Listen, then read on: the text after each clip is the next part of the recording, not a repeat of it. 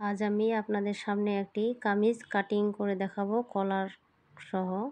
তো আপনারা মনোযোগ সহকারে দেখুন। এখানে আমি 2 ভাঁজে 4 পাট কাপড় নিয়েছি।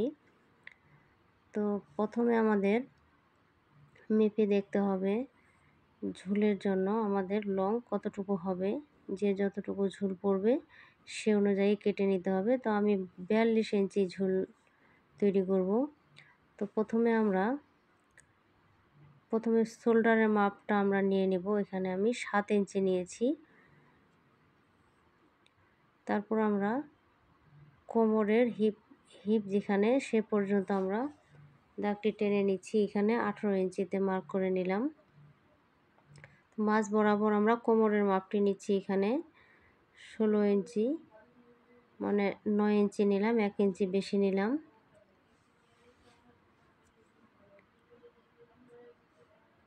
তো মানে 16 ইঞ্চিতে আমাদের সেলাই পড়বে। তো আমি 1 ইঞ্চি বেশি নিয়েছি, 17 ইঞ্চি। তো এখানে আমাদের 10 ইঞ্চি নিয়ে নিলাম। এখানেও আমি 10 ইঞ্চি নিয়ে নিলাম। তো এভাবে আমরা দাগটি টেনে নেব, সহজ হবে তাহলে। তো এখানে আমরা 7 ইঞ্চিতে বক্স করে নিলাম।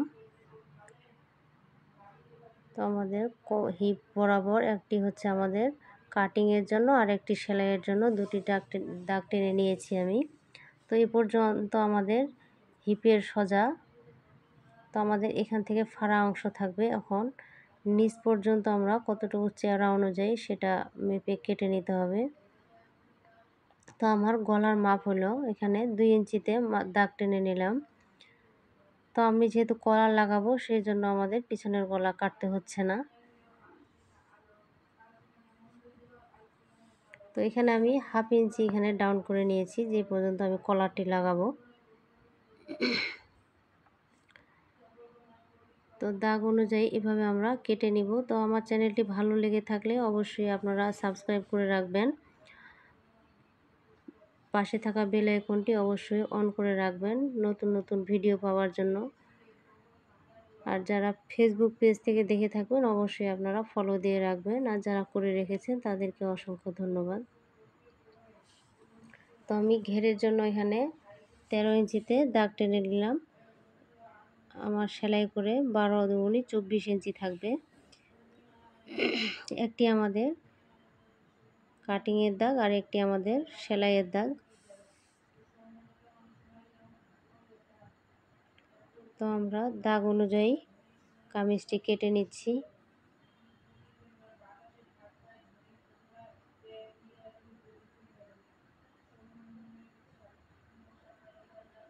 তো আমার বডিটা কাটা হয়ে গেছে। এখন আমার সামনের পাটের লং অনুযায়ী দেখে নিন আগে যে আমি 42 ইঞ্চি হয়েছে কিনা। 42 ইঞ্চি যদি বেশি থাকে তাহলে আপনারা সেই কাপড়টি কেটে নেবেন, আপনাদের ঝুল অনুযায়ী দিবেন।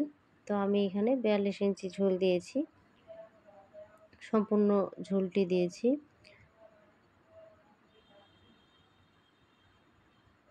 এখানে একটু চিহ্ন দিয়ে নিলাম ফাড়া অংশ যে পর্যন্ত আমাদের সেলাই থাকবে।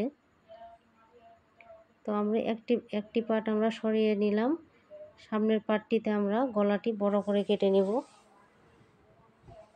আর পিছন পার্টে তো দেখাইলাম যে 1/2 ইঞ্চি কেটে নিতে হবে, বা সমান রাখলেও চলবে, সমস্যা হবে না। তো আমার যেহেতু এটা 3 পিসের গলা করা আছে সেই অনুযায়ী আমাকে গলাটির ডিজাইন করে নিতে হচ্ছে।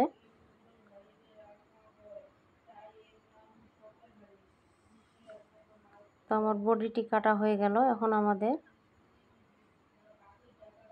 হাতার কাপড় কেটে নেব।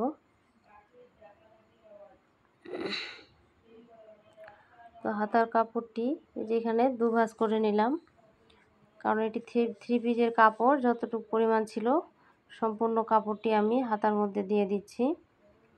আপনাদের লম্বা হাতা যতটুকু দিবেন সেই অনুযায়ী আপনারা কেটে নিতে পারবেন। তো আমার হাতার লম্বা আছে এখানে 16 ইঞ্চি। তো 16 ইঞ্চিতে আমরা কাপড়টি সমানভাবে কেটে নিচ্ছি। তো এখন আমাদের হাতাটি কেটে নেওয়ার জন্য এখানে 8 ইঞ্চি কাপড় আছে, 8 দুগুণে 16 ইঞ্চি। আর এখানে আমরা 3 ইঞ্চিতে ডাউন করে দাগটি দিয়ে নেব। এভাবে করে আমরা হাতাটি কেটে নেব দাগ অনুযায়ী।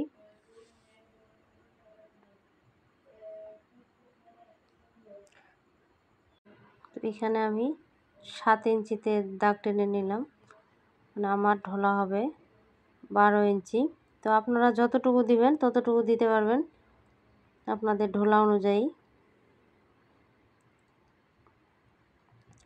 সম্পূর্ণ কাপড়টি সমানভাবে কেটে নিতে হবে। তো আমার হাতা কাটিং করা হয়ে গেল। এখন আমরা কলার কিভাবে কাটতে হবে সেটি দেখুন। আমরা বেঁচে যাওয়া কাপড়গুলো এক্সট্রা, তো এখানে 2 ভাঁজ করে নিলাম। এপাশে আমি 2.5 ইঞ্চি কাপড় নিয়েছি আর এপাশে 11 ইঞ্চি, মানে সেলাই করে আমার 9 ইঞ্চি থাকবে। তো আমরা এভাবে একটু রাউন্ড করে আমরা কেটে নিব। এই যে দেখুন, এভাবে আমাদের কলার কাটিং করতে হবে। আর আপনারা বক্রম দিতে চাইলে ভিতরে শক্ত হওয়ার জন্য বক্রম দিতে পারেন। তো আমার কলারও কাটিং করা হয়ে গেল। তো আমার 3 পিসটি কাটিং করা প্রায় শেষ। তো আপনারা স্কিপ না করে সম্পূর্ণ ভিডিওটা দেখবেন। দেখুন, এই যে আমার কাটিং করা হয়ে গেল।